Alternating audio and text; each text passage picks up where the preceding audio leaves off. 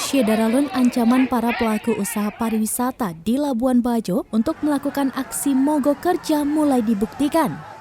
Mereka memprotes penetapan tarif masuk ke Taman Nasional Komodo atau TNK yang dianggap mencekik dan justru bisa mematikan pariwisata.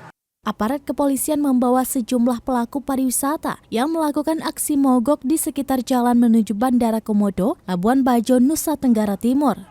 Usai menggelar aksi menuju Bandara Komodo, para pelaku pariwisata diamankan polisi ke Mapores Manggarai Barat guna dimintai keterangan. Tidak hanya di sekitar bandara, polisi juga mengamankan sejumlah pelaku pariwisata di sekitar daerah Puncak Waringin.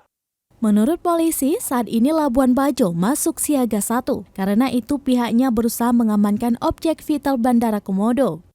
Aparat keamanan dikerahkan untuk menjaga keamanan di Labuan Bajo. Polisi menghimbau agar pelaku wisata tidak berlaku anarkis. Kenaikan harga tiket masuk Taman Nasional Komodo mulai berlaku hari ini.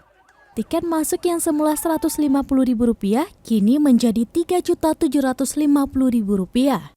Tidak hanya harga tiket yang naik berkali lipat, jumlah wisatawan yang bisa berkunjung juga dibatasi menjadi 200.000 orang per tahunnya.